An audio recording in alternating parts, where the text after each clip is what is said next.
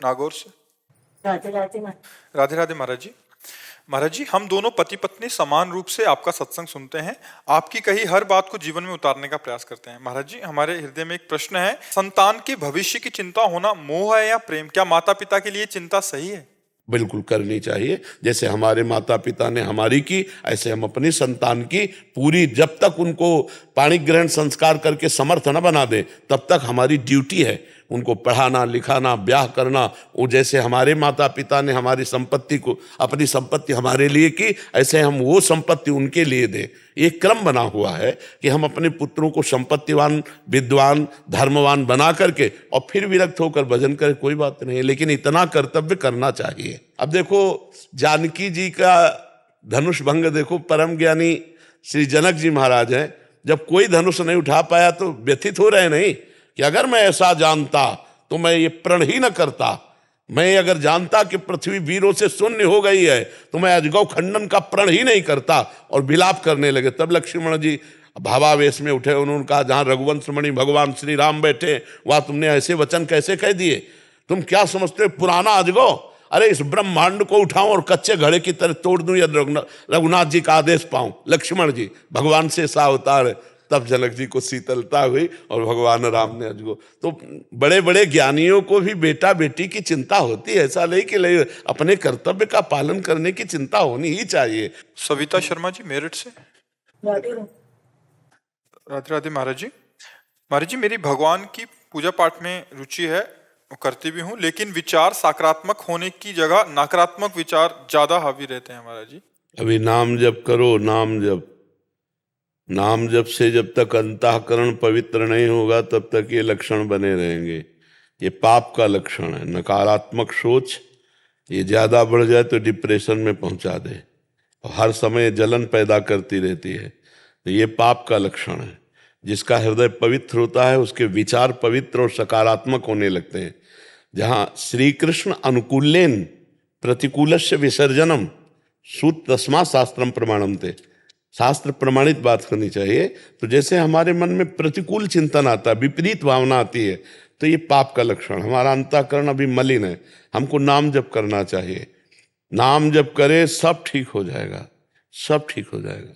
बड़े से बड़ा डिप्रेशन का बीमार आदमी भी यदि राधा राधा राधा राधा राधा नाम जप करे और फिर देखे ठीक होता है कि नहीं। विश्वास करो, औषधियों में जो सामर्थ्य है वो भगवान की ही दी हुई है, तो वो तो भगवान का नाम है। नाम में तो अपार सामर्थ्य विराजमान है। तो हमारी जो नकारात्मक सोच है हमें दुख देती रहती है। दुख सुख हमारी सोच में है। दो ब्राह्मण बैठे थे तो एक भगत आया, उसने कहा पंडित जी चलो हमारे यहाँ निमंत्रण। तो दोनों को ले गया, भोजन पवाया, 11-11 रुपया दक्षिणा दी, पैर छुआ। एक प्रसन्न मुद्रा में निकल रहा है और एक नाराज मुद्रा में निकल रहा है। तो एक ने पूछा कि आप प्रसन्न क्यों हैं? बोले इसलिए प्रसन्न हूं कि आज तो भोजन का भी जुगाड़ नहीं था, भोजन भी मिला और 11 रुपया भी मिले, इसलिए मैं प्रसन्न हूं। दूसरे से पूछा आप अप्रसन्न क्यों हैं, नाराज क्यों हैं? बोले सोचा था जजमान बढ़िया है, 51 रुपया देगा, 40 का घाटा हो गया, इसलिए मैं जल रहा हूं। समझ रहे हो? विचार में स्वागत दोनों का एक ही हुआ, लेकिन विचार में अंतर होने से एक सुखी है और एक दुखी है। ये नकारात्मक सोच बड़े से बड़े अनुकूलता में भी दुख ढूंढ लेगी और सकारात्मक सोच बड़ी से बड़ी प्रतिकूलता में भी सुख ढूंढ लेगी। तो भगवान का भजन करने से बुद्धि पवित्र होती है। ईश भजन सारथी सुजाना, जितना आप भजन करोगे तो बुद्धि रूपी सारथी ये सुजान हो जाएगा। ये सकारात्मक अपने इंद्रिय रूपी घोड़ों को मोड़ेगा। नहीं तो इंद्रियां मन एक गलत चिंतन करा करके डिप्रेशन में होता क्या है, नकारात्मक सोच बढ़ जाती है। यार कहीं ऐसा न हो जाए, कहीं ऐसा न हो जाए, कहीं ऐसा न, वो सोचते सोचते इतना नकारात्मक हो जाता है कि वो अपने शरीर के नाश की भी वृत्ति सोच लेता है। इसलिए निगेटिव भावों को रोकने की कोशिश कीजिए विचार के द्वारा, और विचार में जो रोकने की सामर्थ्य आती है वो भजन से आती है। राधा राधा राधा खूब नाम जप कीजिए। जितना पूजा पाठ ये बाहरी है, हमारी बात समझना। सांप की बांबी के ऊपर लाठी चलाओ और सांप अंदर घुसा बैठा, उसमें कोई फर्क पड़ेगा क्या? अंदर जाना चाहिए। तो बाहरी तो हम आरती कर रहे हैं, पूजा कर रहे हैं, और हृदय हमारा अंधकार से युक्त है। कैसे ठीक होगा? ये अंधकार कैसे नष्ट होगा? तो बोले राम नाम मणि दीप धरी, जीह दे हरि द्वार, तुलसी भीतर बाहिरहु जो चाहसी उजियार। यदि बाहर भी आनंद जान और अंदर भी आनंद चाहते हो तो जबान पे नाम रख लो, नाम, निरंतर नाम जप करो, राम राम हरि हरि कृष्ण कृष्ण राधा राधा, जो नाम प्रिय हो। बिना नाम जप किए ये दुर्गति मन स्वयं करवाता रहता है।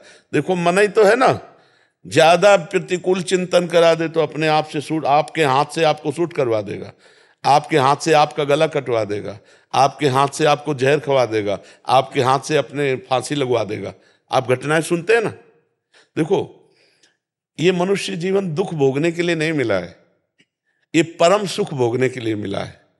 जिसे तुम यहां सुख समझते हो वो सुख नहीं, वो दुख ही है। समझ पड़ती नहीं है, गिरधर की बाया है। दुख यो नया भगवान ने लिख दिया है इस पूरे संसार को, दुखालयम अशाश्वतम। परिणाम में तुम्हें दुख मिलेगा और परिणाम में इन सबका नाश होगा। ये सब कुछ नाशवान है, तो नाशवान से शाश्वत खरीद लो, नाशवान से अविनाशी खरीद लो। सुंदर भोग बनाया, ठाकुर जी को लगाया, देखो भगवान प्रसन्न होंगे उससे। ये नाशवान शरीर है, इससे खूब अच्छे कर्म करो, दूसरों को सुख पहुंचाओ, नाम जप करो, सत्य से चलो, अभी आनंद आ जाए। इसलिए नाम जप करो, नहीं तो बुद्धि ही तुम्हें दंड देगी निगेटिव सोचवा के। बेमतलब नकारात्मक सोच बेमतलब जलाती रहती है, कोई मतलब नहीं, और अंदर ही अंदर जलता रहता है इंसान। और सकारात्मक सोच आनंद देती रहती है। तो जब भजन करोगे तो सोच सकारात्मक हो जाएगी, और भजन विहीन जीवन नकारात्मक सोच में बढ़ जाता है। और वो इतना नकारात्मक, उसे हर जगह डर लगने लगता है, भय सता जाता है, चिंता, उद्विग्न, शोक, विषाद, ये उसे घेर लेते हैं। इसलिए गोस्वामी जी ने एक दोहे में कहा, तब लगी कुशल न जीव कहूं, सपने हूं मन विश्राम, जब लगी भजत न राम कहूं, शोक धाम तज काम। 24 घंटे में तुम 24 मिनट हमें दे दो, सब ठीक होना शुरू हो जाएगा। क्या 24 मिनट? ठीक 24 मिनट घड़ी से देख के राधा राधा राधा राधा राधा राधा राधा, फिर आपके देखो 24 घंटे कैसे जाते हैं। 24 मिनट देने में क्या परेशानी? 24 घंटे में भगवान ने तुम्हें इतना बड़ा जीवन दिया है, और तुम्हें 24 घंटे में 24 मिनट केवल भगवान के लिए देने, वो भी परिणाम में लौटकर तुम्हारा ही मंगल होगा। 24 मिनट एकांत में बैठकर भगवान को सामने मानकर नाम जप करो और लिखते जाओ राधा राधा। 24 मिनट इतनी मेहनत करो, फिर इसके बाद तुम देख लेना, तुम्हारी सोच बदल जाएगी, तुम्हारा जीवन बदल जाएगा। तो इसलिए चिंतन ठीक करना है तो भगवान का भजन करो जी। दिव्य नाम दास जी, अमेरिका से। राधा श्री हरि। गुरुदेव, आपके चरणों में कोटि कोटि प्रणाम। गुरुदेव, मैं अपने जीवन में ऐसा क्या करूं कि काया वाचा मनसा से किसी भी समय स्थान परिस्थिति में किसी भी जीव के प्रति कोई भी अपराध ना बने? भगवान की शरण में हो जाओ। जब जीव भगवान की शरण में हो जाता है तो शरणागति का रंग चढ़ता है। जब रंग चढ़ता है तो सब में भगवान नजर आते हैं। जड़ चेतन जग जीव जत सकल राम में जान। सो अनन्य गति जाके असमति न टरे हनुमंत, मैं सेवक सचराचर रूप स्वामी भगवंत। फिर हम अपने स्वामी को कटुवचन कैसे बोल सकते हैं? फिर अपने स्वामी को शरीर से कैसे दुख पहुंचा सकते हैं? फिर अपने स्वामी के प्रति मन से कैसे उल्टा सोच सकते हैं? तो पहले हम मन वचन कर्म से भगवान की शरण में हो, भगवान का चिंतन करें और सब में भगवान की भावना करें। अगर सब में भगवान की भावना करेंगे तो ये बात हो सकती है जो आप प्रश्न किए, अन्यथा ये नहीं हो सकती। अनुकूलता में चलेगा, लेकिन जब सामने गाली देता होगा, कोई प्रतिकूलता करेगा, तब हमारे मन वचन कर्म से उसका अमंगल ना सोचे। ये केवल शरणागत भक्त का हृदय होता है। क्योंकि भक्त का जो हृदय होता है वो करत जे अनुशहन निंदक तीनों पे अनुग्रह कियो। जो उसको मार रहे हैं, जो उसको गाली दे रहे हैं, उसका भी वो मंगल कर रहे हैं। ठाकुर हरिदास जी को 22 बाजारों में कोड़ों से मार मार कर खाल खींच दी, और जब जल्लादों ने कहा हरि बोल करता है तो मुस्कुरा दिए कि अब तुम्हारा भी कल्याण हो जाएगा, क्योंकि तुमने भी 2 बार हरि हरि ऐसा उच्चारण किया। मतलब मारने वालों के लिए भी कल्याण की इच्छा होना, ये केवल भगवान के शरणागत में हो सकता है। जो निंदा करते हैं, जो अपमान करते हैं, जो पीड़ा पहुंचाते हैं, उनका भी कभी किसी काल में अमंगल न हो। चरणदास जी नाम के एक महात्मा हुए, उन्होंने कहा, साधो निंदक मित्र हमारा, जो हमारी निंदा करे, जो हमारा अपमान करे, वो स्वस्थ रहे, निरोग रहे और कभी भी उसका अमंगल न हो और भगवान उस पर कृपा करे। ये हृदय केवल भक्त का हो सकता है। नहीं तो अगर एक कोई गाली दे तो दो गाली देने की इच्छा आ जाएगी, नहीं आ जाएगी। तो ये भाव केवल भगवान के शरणागत में होता है, दूसरों में नहीं होता। जी। चंद्रपाल सिंह जी। राधे राधे महाराज। राधे राधे महाराज जी। महाराज जी, मैं भारतीय नौसेना में पनडुब्बी में कार्यरत हूँ, जो उसमें रहती है महाराज जी। महाराज जी कह रहे हैं कि माता जी की आज्ञा से ही धर्मपत्नी और बच्चों को ड्यूटी स्टेशन पर, जहाँ अभी पोस्टेड है वहीं रखा था। माता जी को लेकर गया था, बट वहाँ माता जी को गांव की याद आई तो गांव रहना पसंद किया तो वापस आ गए। बट अभी बहुत मन होता है कि मैं पूरे साल माता की सेवा नहीं कर पाऊंगा। मन में बड़ी उलझन सी बनी रहती है और अपने आप में घृणित महसूस करता हूँ कि मैं माँ की अभी बहुत सेवा सुंदर, अच्छे भाव हैं। आपको धन्यवाद जो आप अपने माता पिता की सेवा की भावना इतनी सुंदर रखते हैं। पर यदि माता जी को गांव में सुख मिलता है, कुछ ऐसे स्वभाव होते हैं, जैसे गांव में पला है, गांव में ही रहा है, तो फिर उसको शहर और ये सब अच्छा नहीं लगता है। उनको सुंदर वायु और खुला वातावरण ऐसा, तो हमें लगता है अर्थव्यवस्था के द्वारा उनकी सेवा में त्रुटि ना होने पाए, ऐसा कर दो। और वो अगर गांव में रहना पसंद करती है तो उनको गांव में रहने दीजिए।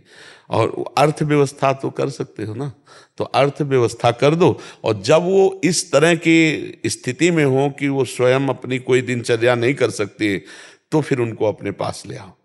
फिर उनकी भावना फिर नहीं देखी जाती, फिर उनकी सेवा देखी जाती है। जब तक वो स्वयं अपनी दिनचर्या परिचर्या कर लेती हैं शरीर की, तब तक अर्थव्यवस्था कर दो कि उनको कोई कम दुख न पहुँचे, अर्थ संबंधी जो दिनचर्या में सामग्री संबंधी, और शरीर स्वस्थ है तो आनंद से रहने दीजिए। और जब ऐसा लगे कि अभी अपनी दिनचर्या नहीं कर सकती, तो या तब तक आप रिटायर हो जाए तो बात अलग है, नहीं फिर आप जहाँ तैनात हो। फिर अगले साल रिटायरमेंट था, लेकिन माता जी का ही आज्ञा थी कि आगे सर्विस करें। और नेमे शरण में संत का भी सानिध्य प्राप्त है, वो उनकी भी आज्ञा है कि आप आगे सर्विस। हाँ, लेकिन जब ऐसी माता जी की स्थिति हो तो रिटायर ले लेना और उनकी सेवा में गांव में ही पहुंचकर फिर सेवा कर देना, बहुत बढ़िया हो जाएगा। ठीक है, हाँ, धन्यवाद है। सब नौजवानों को अपने माता पिता के प्रति भगवत भाव रखना चाहिए। जो माता पिता का अपमान करते हैं, मारते हैं, तिरस्कार करते हैं, उनकी कहीं भी सदगति होने वाली नहीं, कभी वो उन्नति को प्राप्त नहीं हो सकते। माता पिता का आशीर्वाद बहुत बड़ा होता है। नहीं, हम अपने पिता की बात बताएं, जब हम बाबा जी बनने के लिए भागे तो पहले उनका रोष प्रकट हुआ जब हमको पकड़ा जहाँ मंदिर में। फिर जब हमने कहा चाहे मार चाहे डालो, ना घर जाएंगे और ना हम संसार स्वीकार करेंगे, हम भगवान के मार्ग में जाएंगे, तो पता नहीं एकदम उनका चैप्टर ही बदल गया दिमाग का। बहुत तो कट्टर स्वभाव के थे, धर्मात्मा पुरुष, बहुत ही धर्म के।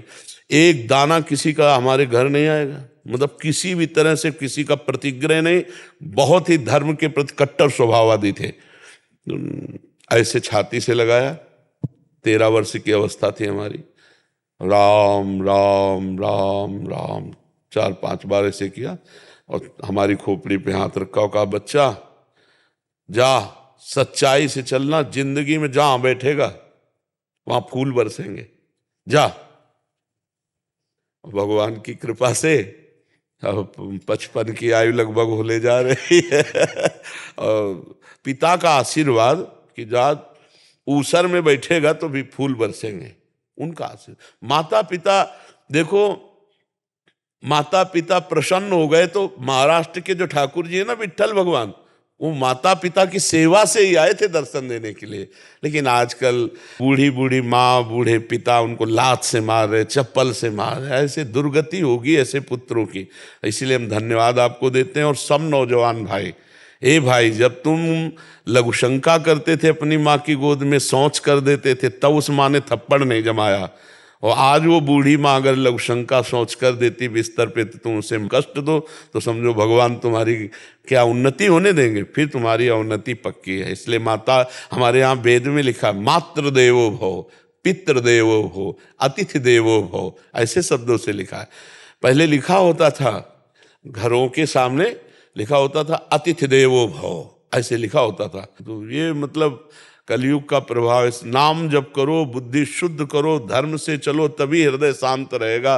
नहीं आज देखो बुद्धि शुद्ध, स्वच्छ लोग बहुत दिखाई देंगे लेकिन पवित्र नहीं होंगे। बुद्धिमान बहुत है लेकिन विवेकी नहीं है। शरीर बहुत तगड़ा है लेकिन बल नहीं है। आप देखो ये सब बातें आ रही ना, क्यों आ रहे हैं? क्योंकि हमारा आहार विहार संयम नियम ये सब बिगड़। हम आपको सच्ची कहते हैं, संयम नियम में बड़ी ताकत है। तुम भी संसार में जन्मे हो तो ऐसा तो नहीं है कि तुम्हें विपत्ति नहीं आएगी। आज सुखी हो तो कल दुख आ जाएगा, अभी दिन है तो फिर रात आएगी। तो तैयारी कर लो रात के पहले लाइट की। ऐसे ही दुख आने के पहले तुम इतने बलवान बन जाओ, विवेकवान बन जाओ कि हर दुख को रौंद के निकल जाओ। निकला जा सकता है, हम भगवान के बच्चे हैं, हम हर दुख को क्रॉस कर सकते हैं, हर हार को जीत में बदल सकते हैं। लेकिन अपने लोग पावर को व्यर्थ में खर्चा कर रहे हैं। अपने आंखों का पावर व्यर्थ देखने में, वाणी का पावर व्यर्थ बोलने में, इंद्रियों का पावर व्यर्थ भोगों में, व्यर्थ में नष्ट कर रहे हैं। अगर हम अपने पावर को समेट लेना तो हम भगवान के बच्चे हैं यार, भगवान के अंश हैं, ईश्वर अंश जीव अविनाशी। क्या नहीं कर सकते आप जब भगवान को अधीन कर सकते हो। सुमिर पवन सुत पावन नामू, अपने बस करी राखे रामू। तो और कौन देवता और कौन ऐसा रह गया जिसको अधीन न कर सको। आप में बहुत सामर्थ्य है, पर उस सामर्थ्य को भूलकर हमने गंदे आचरण स्वीकार किए। सब नाम जप करो, कोई भी मांस मदिरा, पराई माता बहनों की तरफ गंदी दृष्टि, कोई नशा, ये सब छोड़ दो, अभी आनंद आने लगेगा। गंदे आचरण करने वाला कभी आनंदित नहीं हो सकता। हर्षित जरूर हो सकता है, थोड़ी देर हर्षित होगा फिर शोकित हो जाएगा, लेकिन आनंद अखंड होता है। आनंद अखंड होता है, अखंड आनंद, विज्ञान आनंद, भगवद आनंद, प्रेमानंद। आनंद की प्रतिक्षण बढ़ोतरी होती है और हर्ष थोड़ी देर में बदल जाता है। जैसे थोड़ी देर कोई भोग भोगा, हर्षित हुए, फिर थोड़ी देर के बाद मन उससे उदास हो जाएगा, अगले भोग के लिए तैयारी करेगा। ऐसे हमारे जन्म के जन्म व्यतीत हो गए, हाथ कुछ नहीं लगा। समझना चाहिए बेवकूफ बनाया जा रहा है। मेरी इंद्रियां इस माया के संग से मुझे बेवकूफ बना रहे, मुझे उठना है। और उठ तभी सकते हो जब इंद्रियों के पावर को रोको, क्योंकि पावर के बिना उठ नहीं सकते और वो पावर खो रहे हो। पावर हम सब अपना जीवन को, बचपन से बच्चे लगे हैं पावर खोने में। पावर खो देते हैं तो दिमाग खराब, शरीर खराब, सब खराब हो जाता। इसलिए नाम जप करो, कोई व्यसन मत करो, कोई गंदे आचरण मत करो। मंजू जी जयपुर से। राधे राधे गुरुदेव जी राधे राधे महाराज जी। महाराज जी इनकी एक शंका है कि महाराज जी आजकल क्या होता है कि फोन आदि पे, व्हाट्सएप आदि पे बहुत सारे लोग मतलब राधा कृष्ण की छवि भेज दी, वैष्णो देवी जी की छवि भेज दी, तो ऐसे से करते मोबाइल की एक लिमिटेड मेमोरी होती है महाराज जी, उसमें भरती जाती हैं। बट जैसे अभी जब उनको खाली करना होता है तो कह रहे कि बड़ा संशय होता है कि उसको डिलीट मार देंगे, कोई अपराध तो नहीं लग जाएगा? नहीं, उसमें क्या अपराध है डिलीट कर ऐसे अपराध थोड़ी है, ऐसे कोई अपराध नहीं। बहुत थोड़ा विशाल हृदय बनाइए, थोड़ी बुद्धि को प्रवीण कीजिए, ऐसे नहीं कि मतलब वो कह रहे हैं कि अंदर फिर और हमारी तो प्रार्थना है कि मोबाइल का प्रयोग बहुत सावधानी से कीजिए, बहुत सावधानी से। कितने परिवार मोबाइल से बर्बाद हो रहे हैं। पहली बात तो वो जुआ खेलना, उसमें दिखाते हैं 5 मिनट में करोड़पति बन गया ये। अब ये नए नए बच्चे सोचते हैं बातें ही बन गई ना 5 मिनट में। अब पापा की जेब खाली कर, मम्मी की जेब खाली करके और सब गेम लगा दियो, जब हार गए तो सुसाइड सोचते हैं। अच्छा, और भी बात है, अब आपके पास मोबाइल है, आपका ब्याह हो चुका है, अब वो ऐसे ऐसे बनावटी रूप करके आपको दोस्ती का ऑफर देंगे और आप दोस्ती में आ गए तो मिटिया मेट हो जाएंगे, मिटिया मेट हो। बहुत संभाल के मोबाइल को, उसमें अपराध नहीं लगेगा डिलीट करने में, इसमें अपराध लगेगा, इससे बचो। हाँ, कोई दोस्त मत बनाओ मोबाइल में देख करके, ये बहुत खतरनाक। ऐसे हम कितने परिवारों को देखा है गिरते हुए। बहुत मोबाइल बहुत अच्छी चीज़ है, आपको यहाँ वृंदावन लाया है ले ले, वही तो लाया है। लेकिन मोबाइल में एक पक्ष में दोष भी हैं, उन दोषों से बचिए। गंदी बातें देखोगे, गंदे लोगों का संग भी कर सकते हो मोबाइल से, गंदी क्रियाएं को देख करके गंदी क्रिया करने की इच्छा जागृत हो सकती है। इसलिए सबसे प्रार्थना है, वो जो उसका निगेटिव पार्ट है उस पर मत घुसो, पॉजिटिव पार्ट। कभी किसी को सूचना देनी है, एम्बुलेंस, पुलिस, बहुत अच्छा है। सत्संग सुनना है किसी भी संत का, बहुत अच्छा है, बहुत अच्छे काम की चीज़ है। लेकिन उसका जो निगेटिव पार्ट है उस पर मत जाइए, वो बहुत खतरनाक है। नई नई बहुएं हैं, नए नए बच्चे हैं, और बस वो मित्रता का ऑफर होता है और अपने को करोड़पति अरबपति दिखा देते हैं। वो जा करके जब वहाँ गए तो वो करोड़पति ने एकदम ही फ्रॉड था, फिर वो तो मतलब खतरे में जीवन पड़ जाता है। इसलिए ऐसे मोबाइल से देख के ना तो बच्ची कोई दोस्त बनावे, ना बच्चा बनावे, ना बहू बनावे, नहीं तो बहुत खतरनाक है। इसलिए थोड़ा निगेटिव पार्ट जो मोबाइल में है उससे बचा जाए। मल्लिका संदीप कुमार जी। राधे राधे टेम्पू जी। राधे राधे महाराज जी। महाराज जी कह रहे हैं कि पिछले 14 साल से ये अपने व्यक्तिगत और प्रोफेशनली बहुत डिस्टर्ब चल रहे हैं, क्योंकि कह रहे हैं कि जो अच्छा कार्य करते हैं या प्रार्थना करते हैं तो उसका बहुत समय बाद इनको परिणाम नजर आता है, बट कुछ भी रॉन्ग कर दें, नेगेटिव कर दें, गलत कर दें तो उसका परिणाम बहुत जल्दी आ जाता है। कैसे? कत्ल किया तो 10 वर्ष तो मुकदमा चलता रहता, फिर इसके बाद 20 वर्ष की सजा होती। समझ रहे ना? कौन सा ऐसा कार्य है कि तुरंत करो तुरंत परिणाम मिल जाए? हमें बताओ। कोई भी अगर गलत आचरण भी करता है तो पुलिस ले जाती, कार्रवाई होती है, मुकदमा चलता है 6 महीने, साल भर, और किसी किसी का तो 10-10 साल मुकदमा घसीट जाता है, फिर फाइनल में आता है कि फांसी दो या सजा मिले। किसान खेती बोता है तो तुरंत फसल काट लेता है क्या? तो फिर आप कैसे ऐसे प्रमाणित कर सकती है कि सत्कर्म जो है बहुत विलंब से फल देता है और असत्कर्म तुरंत फल देता है? ऐसा कैसे हो सकता है? ऐसा नहीं होता है। ऐसा नहीं, आपकी सोच में फर्क है, ऐसा नहीं है। नहीं तो अगर नकारात्मक क्रियाओं के तो जितने पापी लोग हैं सब कुछ होता है क्या? कुछ नहीं होता। सालों मुकद बहुत से ऐसे लोग हैं पापाचरण करते हैं। आप ही सोचिए, आपने ही इस जन्म में कितने पापाचरण किए, क्या तुरंत उनका परिणाम आ गया क्या? तो आप पुण्य करेंगे तो तुरंत परिणाम आ जाएगा क्या? पुण्य का, भगवत चिंतन का तुरंत परिणाम यह है कि आपके पाप नष्ट होंगे, आपके हृदय में जलन होगी, आपके मन में बहुत सी तरंगें पाप आचरण की उठेंगी, वो निकलेंगी। और जब ये पूरा पाप नष्ट हो जाएगा तब आपको भजन करते करते रोना आने लगेगा, आनंद आने लगेगा, प्रभु से प्रेम होने लगे। पर इसमें समय लगेगा। और अगर कामना करते हो तो फिर उतना भजन करना पड़ेगा जितने की कामना है आपकी, फिर उसकी कामना की पूर्ति होगी। ऐसे थोड़ी होता कि भगवान से मांगा और भगवान दे देंगे। क्यों दे देंगे? तुम भगवान को क्या मानते हो भाई? क्यों दे देंगे? भगवान ने जितना दिया उसका तो दुरुपयोग कर रहे हो, आगे क्यों दे देंगे? बुद्धि दी, मन दिया, उसे तो पाप कर रहे हो, उससे तो मनमानी आचरण कर रहे हो। भगवान ने ही तो दिया है, तो अब और देने की योग्यता। 100 रुपया दिए जाए, सही ढंग से खर्चा करो, 1000 का अधिकार हो गया। 1000 सही तो 1 लाख का अधिकार हो गया। यहाँ तो 100 रुपया ही बर्बाद कर दिए। पूरे जन्म के जन्म बर्बाद करते आ रहे, ये भी बर्बाद कर रहे हैं।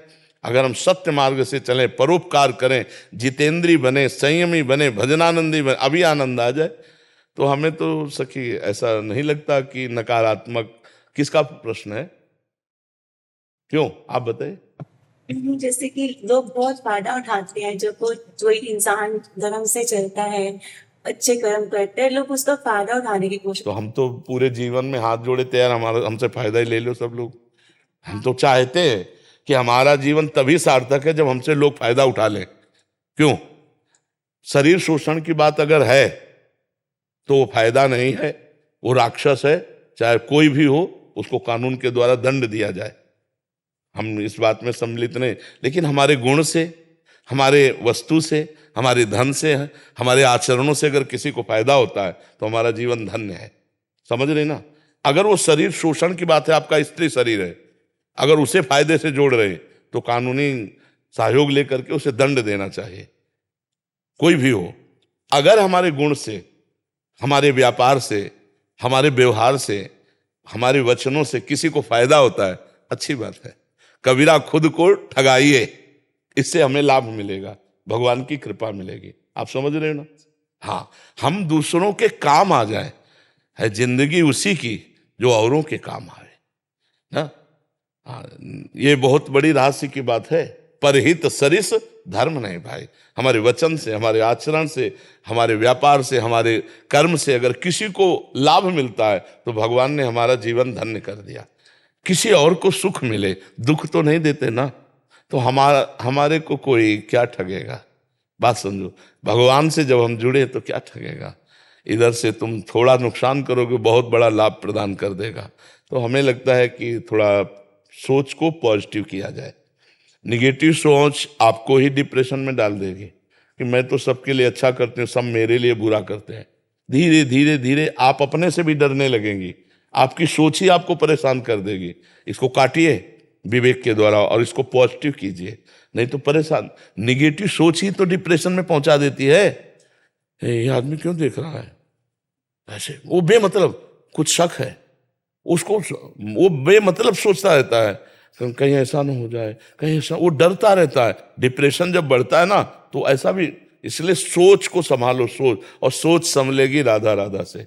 अगर नाम जप नहीं करोगे तो ताकत नहीं तुम्हारी कि तो अपनी सोच को बदल लो। बैठे बैठे वो आपको जलाती रहेगी। भगवान का नाम ही सोच बदलता है। तो खूब नाम जप करो, राधा राधा नाम जप करो जी। जब गुरुजनों के आश्रमों की सेवा की व्यवस्था मिले तो उसमें पहला नियम ले ले, प्राण चाहे निकल जाए, कभी हम गुरुजनों की मर्यादा के विपरीत नहीं चलेंगे। क्योंकि आश्रम आदि का जब सेवन होता है और यदि हमारी भगवत चरणारविंद में पूर्ण समर्पण वृत्ति नहीं हुई तो हमारी इंद्रियां और मन चंचल होने का अवसर होता है। तो हमें इस बात में सदैव सावधान रहना है कि साधु खाए पिए भगवदाश्रित पड़ा रहे तो भी भगवत प्राप्ति हो जाएगी।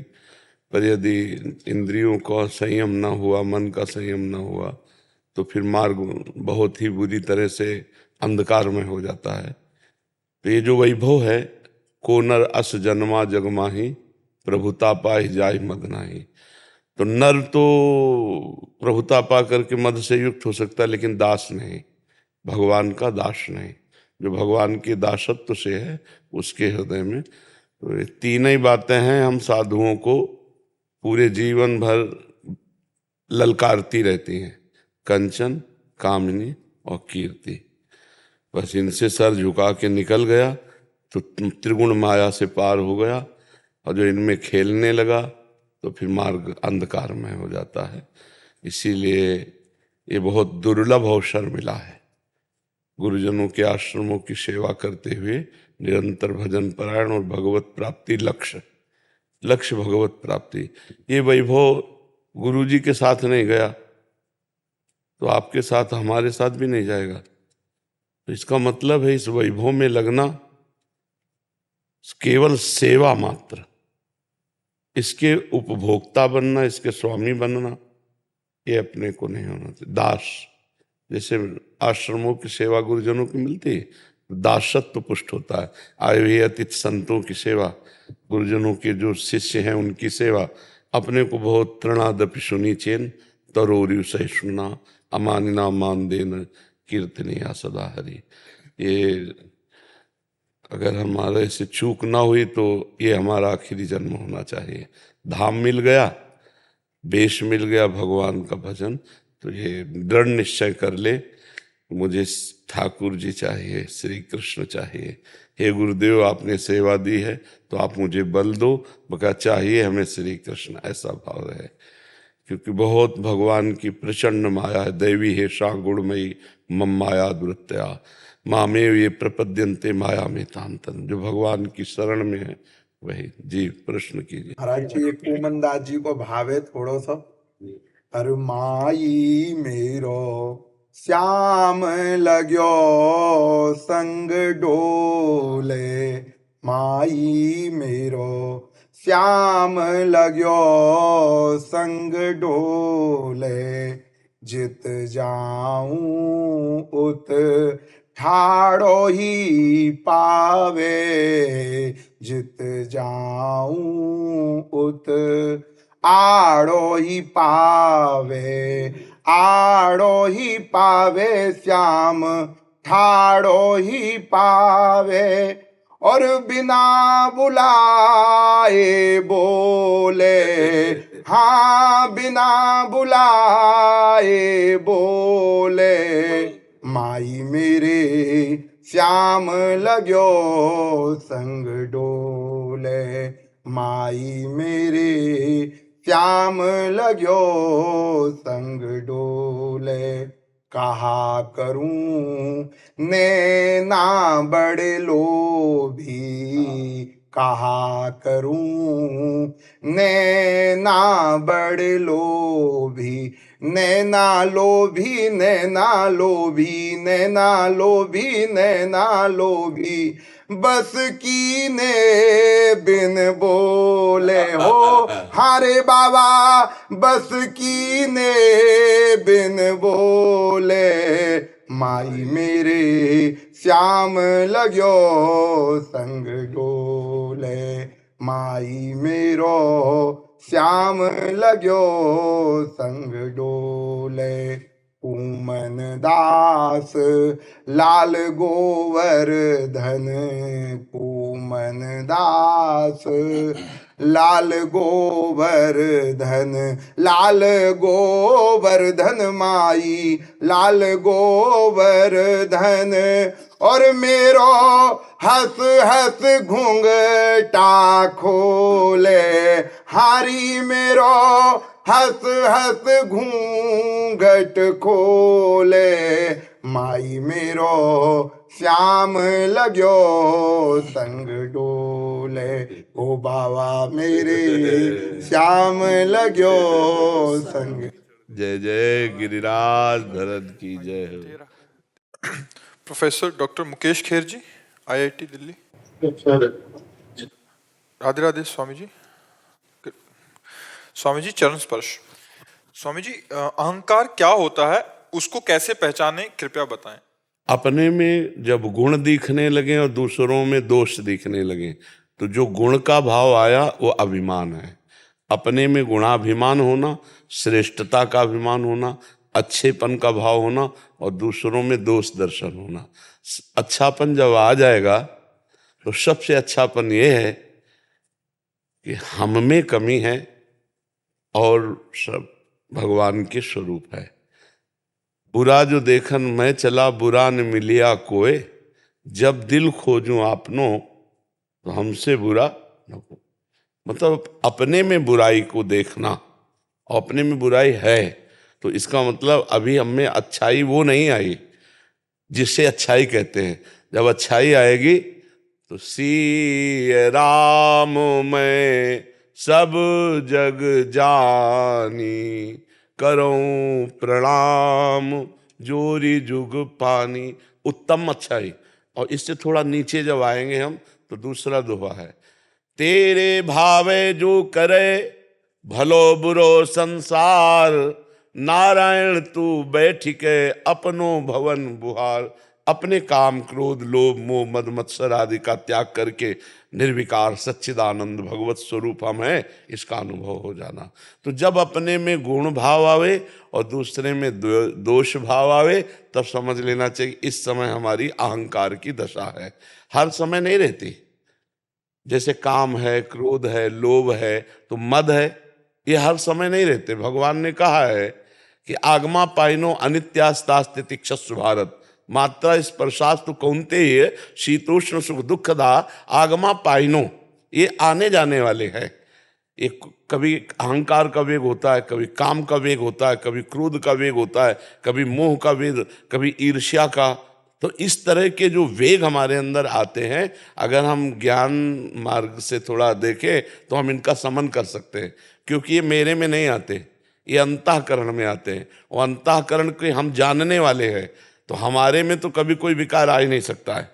चेतन अमल, अमल माने निर्विकार, ईश्वरंश जीव अविनाशी, चेतन अमल सहज सुख राशि। हम मल को स्वीकार करते हैं। अंतःकरण में, शरीर में जो भी विकार आते हैं उनको मैं स्वीकार करता हूं कि ये मेरे में आए, तभी मैं पतित हो जाता हूं। नहीं तो शरीर और अंतःकरण और स्वभाव, स्थूल सूक्ष्म कारण, तीनों शरीर मेरे यात्रा के लिए है, लेकिन मैं नहीं हूं शरीर।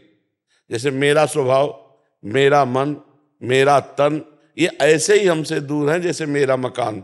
बस अज्ञान के कारण हम इतना तन्मय हो गए हैं कि शरीर और अंतःकरण के विकारों को हम अपने में देखते हैं। तो अहंकार की स्थिति बराबर नहीं रहती कि बराबर अहंकार भरा रहे, नहीं। आगमा पाइनो अनित्यास्तास्ति तिक्षस्व भारत, इनका वेग आता है और नष्ट हो जाता है। अब उस समय संभालने की कोशिश करें, जब दूसरों में दोष दर्शन हो रहा है तो अपने में अहंकार आ रहा है। जब हम दूसरों को लघु समझते हैं, अपने को श्रेष्ठ समझते हैं, तब अहंकार की वृत्ति होती है। उस समय अहंकार की वृत्ति का दमन भगवान के चिंतन से करना चाहिए। नाम जप करते हुए ये चिंतन करना चाहिए कि हम में क्या गुण है। एक से एक महापुरुष हुए हैं, एक से एक भगवान के परमहंस जन हुए हैं, भगवान के बड़े दाता हुए हैं, बड़े राजा ऐसे हुए, चक्रवर्ती सम्राट, शास्त्रों यज्ञ करने वाले बड़े। हमारा क्या गुण है? अगर भगवान ने हमें गुण दिया है तो उसको हमें अहंकार थोड़ी करना है। अगर उसमें दोष है तो आज दोष है, कल उसमें गुण भी आ जाएगा, भगवान उसके ऊपर भी कृपा करेंगे। इस तरह विचार के द्वारा अहंकार का समन होता है। आप समझ पाए? अगर जो हम ये कहें कि मैंने ये किताब लिखी है, ये सब अहंकार के अंदर, ये सब करा, ये अहंकार है। ये सब अहंकार, यहाँ तक कि भक्ति का भी अहंकार होता है। तो भगवान ने कहा है कि भक्ति का भी अहंकार मैं नष्ट कर देता हूँ। जैसे नारद जी को अहंकार हुआ मैं काम विजयी, तो फिर आप चरित्र पढ़कर देख लीजिए, फिर आखिरकार काम ही काम सताने लगा और भगवान को शाप दे दिया। इतना काम से मोहित हो गए कि भगवान को शाप दे दिया। तो जो अहम जनित मैं के साथ जो कुछ भी लग जाए वो अहंकार होता है। शुद्ध मैं अहम नहीं होता, शुद्ध मैं ब्रह्म है। जो मैं केवल है वो ब्रह्म है, और मैं के साथ जो भी जुड़ जाए उसे अहंकार कहते हैं। जैसे मैं पुरुष, तो आपको देहाभिमान पुरुषत्व का है। मैं के साथ जो जुड़ा वो अहंकार पुष्ट कर देगा। महाराज जी, इसमें एक चीज है, जैसे हम व्यवहार में रहना है, संसार में रहना है, वहां सम्मान मिलेगा। जैसे बुक लिखी है मान लीजिए, तो कोई पुरस्कृत करेगा, तो उस समय क्या ऐसा सरल भाव रखें कि बाहर से भले ही उस समय अंदर हम पुरस्कार लेंगे, हम माला पहनेंगे, लेकिन अंदर से विचार चल रहा है कि ये सब श्री भगवान की कृपा है जो मेरे अंदर ऐसी बुद्धि दी और उस बुद्धि से ये ग्रंथ लिखा और उसका ऐसा हमें सम्मान प्राप्त। बाहर से भले कोई भी कुछ बोलता रहे, उससे हमें कोई अंदर स्वीकार, अंदर अगर गर्व आया, गर्व इस रूप में आया, वो सब मिट्टी हो गया, कुछ उसका लाभ नहीं मिला। बात समझ आई ना? मैं के साथ जो भी प्राकृतिक जुड़ता है उसका गर्व होना, ये अहम कहलाता है। अस जन्मा जन्मा ही प्रभुता पाई जाए। जो पद है उस पद का अहंकार होना। बोले इसे अपनी विद्वता का बहुत अहंकार है, बोले इसे अपने शरीर के बल का बहुत अहंकार है, बोले इसको धन का बहुत। मैं के साथ जो जुड़ा, विद्या रूप महत्व कुल धन यौवन अभिमान, ये 6 चीजें अभिमान के लिए बहुत पुष्ट करती है। विद्या का अभिमान, रूप का अभिमान, जाति का अभिमान, कुल का अभिमान, समाज में महत्व का अभिमान, धन का अभिमान, ये 60 कंटक देखे जहाँ रहा न भक्ति निदान। ये 6 प्रकार का अहंकार जहाँ जागृत होता है वहाँ भक्ति महारानी कदम भी नहीं रखती है। वो केवल स्वांग करेगा संसार के रिझाने के लिए। शुद्ध भक्ति वहाँ प्रकाशित नहीं हो सकती जहाँ अहंकार। महाराज जी, भले बाहर से सफाई ना दें, बट अंदर ये बात रहेगी। सफाई देने की जरूरत नहीं है। जैसे हमारे अंदर है कि भगवान हमको अंदर से प्रेरित कर रहे हैं, वो मैं उत्तर दे रहा हूँ। तो जैसे तो मैंने ये आपसे बात कही, हम बोलेंगे मैंने ये बात आपसे कही, लेकिन अंदर है ये मैंने नहीं कही, मेरे भगवान ने कही है। अब हम ऊपर से कह रहे हैं कि ये बात भगवान ने कही है, और अंदर ठसक है कि मेरा जलवा है। वो अंदर के देवर्षि नारद जी ने भी यही कहा भगवान से कि आपकी कृपा से मैं काम पर विजय प्राप्त की, लेकिन भगवान ने देखा शब्द बनावटी, अंदर से अहम है कि काम विजयी हूं। बात बिगड़ गई, बात बिगड़ गई। और ऊपर से भले कह दो काम विजयी हूं, अंदर से कि मेरे भगवान ने मुझे विजय दिलाई, कुछ नहीं बिगड़ने वाला है। तो अहम का स्वरूप बड़ा सूक्ष्म है और वो भगवान के भजन से ही छीन होता है, ऐसे नहीं छीन होता है। मतलब इतना प्रबल अहंकार हो जाता है। एक बार बाणासुर अपनी 2 भुजाओं से ताली बजा रहा था, भगवान शिव तांडव कर रहे थे। तो भगवान ने देखा ताल पे ताल मिला के बजा रहा है, तो 1000 भुजाएं दे दी, शास्त्र बाहु दे दिया। बाणासुर के पास 1000 भुजाएं भगवान शिव ने दी। अब 1000 भुजाओं की चुलबुली जिस पर्वत पे मारे चूर कर दे, कोई योद्धा लड़ने वाला नहीं। तो अब अहंकार आ गया कि मेरे जैसा कोई वीर नहीं। तो भगवान शिव के पास जाके कहा, जगत गुरु आपके सिवा कोई हमारी भुजाओं की खुजलाहट नहीं मिटा सकता, आओ। तो हंस दिया इसलिए दिया कि हम ही ने तो पाला पोषा, बल दिया, और हम ही से भुजाएं ठोकरा है। बोले हमारे जैसे बलवान के द्वारा तुम्हारी भुजाओं की खुजलाहट मिटा दी जाएगी। तो जब उषा और अनिरुद्ध जी का प्रेम संबंध हुआ तो भगवान श्री कृष्ण ने चढ़ाई की और फिर सब भुजाएं सुदर्शन के द्वारा, तो जब 4 रह गई तो भगवान शिव आगे आके खड़े हो गए। बस तो कहा प्रभु हम तो आपकी आज्ञा का पालन ही कर रहे हैं। तो अहम इतना प्रबल है कि अपने गुरुदेव से भी ताल ठोक सकता है। उन्हीं के द्वारा दी हुई विद्या से उन्हीं को नीचा दिखाने की कोशिश कर। अहम बहुत विचित्र है और बड़ा सूक्ष्म है, और अहम जिसके अंदर जागृत होता है वो जान नहीं पाता। वो वही जान पाता है जो भजन कर रहा है। भजन कर रहा है तो बीच में भजन आप बताता जाएगा कि इस समय आपके यहाँ अंदर अहंकार का वेग है, इस समय आपके अंदर काम का वेग है, इस समय आपके अंदर ईर्ष्या का वेग है। और भजन नहीं है तो बुद्धि मलिन होती है, वो निर्णय जल्दी नहीं कर पाती। हो सकता है वो बाद में निर्णय करे कि यार तुम्हें अहंकार था, तुम ऐसा बोल गए, वो बाद में लेकिन तत्काल निर्णय पवित्र बुद्धि करती है। और वो पवित्र बुद्धि होती ईश भजन सारथी सुजाना। भगवान का नाम जप करने से बुद्धि पवित्र हो जाती है और अहंकार भी गलित हो जाता है। जी समझ में आया? अजीत सक्सेना जी कलकत्ता से। राधे राधे। राधे राधे स्वामी जी, नमन। महाराज जी, पुनर्जन्म मिलेगा या नहीं, या किसी निम्न योनि ये तो यानी पशु जैसे स्वान शुकर? ये तो जा सकता है? अपनी छाती जानती है। यदि कोई वासना है और कहीं आसक्ति है कहीं भी, तो आना पड़ेगा। भरत जी चक्रवर्ती सम्राट पद त्याग कर, अपनी रानी अपने पुत्रों को त्याग कर गंडकी नदी के किनारे भगवान की प्राप्ति के लिए भजन किए। तो एक दिन गंडकी नदी में खड़े सूर्य भगवान को अर्घ दे रहे थे। इतने में एक गर्भवती हिरणी जो बिल्कुल महीने पूरे हो चुके थे, वो पानी पीने आई। पीछे से सिंह ने दहाड़ किया तो भयभीत होकर छलांग मारी, तो छलांग से जो गर्भ है वो जल में गिर गया और हिरणी उधर जाके मर गई। परम दयालु भरत जी ने देखा कि उसकी माँ तो मर गई, अब इसको पालेगा कौन? और वो बह के जा रहा था, दौड़ के कूद कर बच्चे को हृदय से लगाया। ऐसा हर सहृदय पुरुष को करना ही चाहिए। अब उसको अपने झोपड़ी में ले गए और 3 दिन 4 दिन रखना चाहिए, इसके बाद छोड़ देना चाहिए, क्योंकि वो बहुत चंचल, बहुत जल्दी समर्थ हो जाता है, वो अपने झुंड में मिल जाता। लेकिन आपकी आसक्ति हो गई, आपने उसे छोड़ा ही नहीं। तो जब मरने का समय आया ना, तो हिरन का चिंतन हुआ, तो पैदा हुए हिरन बन करके। तो हमारा अगला जन्म होगा कि नहीं होगा, इसकी पहचान आपको ही होगी, किसी दूसरे को नहीं। क्योंकि यदि आपको भगवत साक्षात्कार हो गया है तो अगला जन्म खत्म। और यदि कहीं आसक्ति है, वस्तु व्यक्ति स्थान में लेना देना कहीं भी आसक्ति है, तो आना पड़ेगा, इस जगत में आना पड़ेगा। इसीलिए कबीरा खड़ा बाजार में, सबसे पूछे खैर, ना काहू से दोस्ती और ना काहू से बैर। कोई ना अपना ना कोई पराया, सब भगवत स्वरूप, सब ब्रह्म स्वरूप, तो जीवन मुक्त हो गया। और अगर कहीं भी आसक्ति है, पुरंजन की स्त्री में आसक्ति थी, अगला जन्म स्त्री का हुआ। जहां आसक्ति है वही तुम्हें होगा। जब प्रबल आसक्ति हो जाती है, जिसमें प्रबल, तो कभी कभी आप देखते हो शरीर जुड़े हुए पैदा होते हैं, ऐसे कई देखे जाते हैं। ये प्रबल आसक्ति, अंतिम समय प्रबल आसक्ति, तो मानो दोनों के दोनों एक शरीर में जुड़ करके पैदा हो जाते हैं।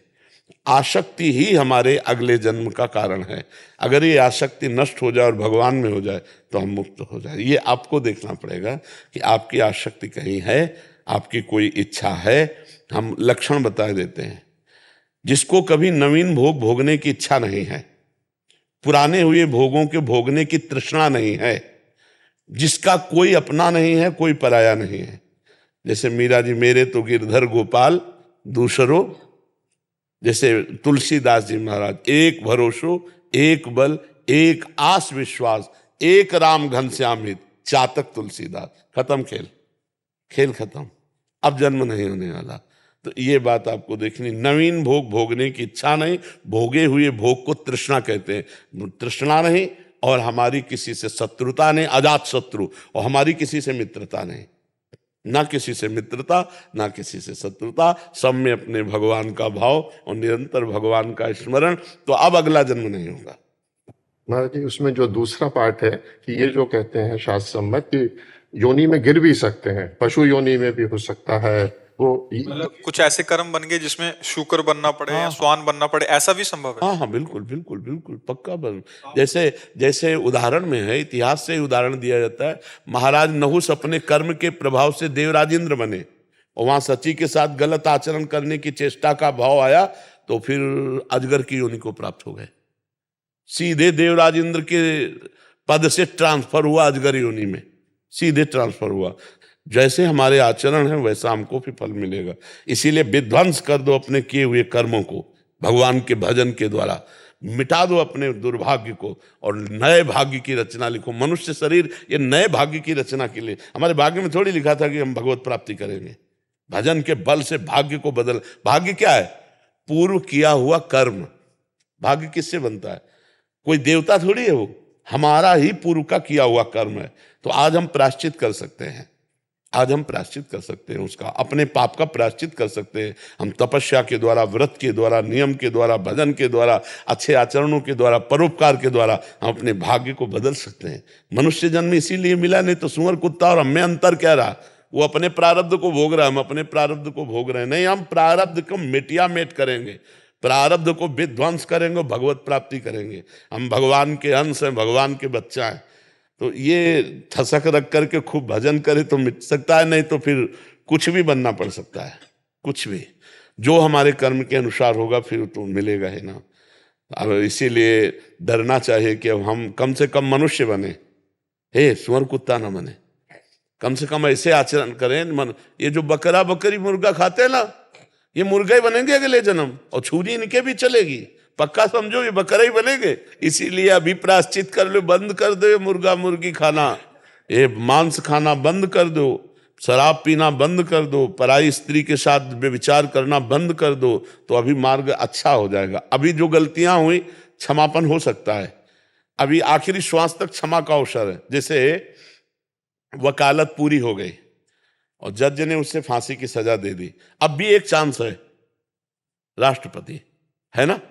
तो इसीलिए भगवान ने कहा सर्वधर्मान परित्यज्य मामेकम शरणम व्रज तो अहम त्वाम सर्व पापेभ्यो मोक्षयिष्यामि। अब भी एक चांस है, भगवान की शरण में हो जाओ, नाम जप करो, भगवान तुम्हें मुक्त कर देंगे समस्त पापों से। भगवान कह रहे अहम त्वाम सर्व पापेभ्यो मोक्षयिष्यामि मा शुचि।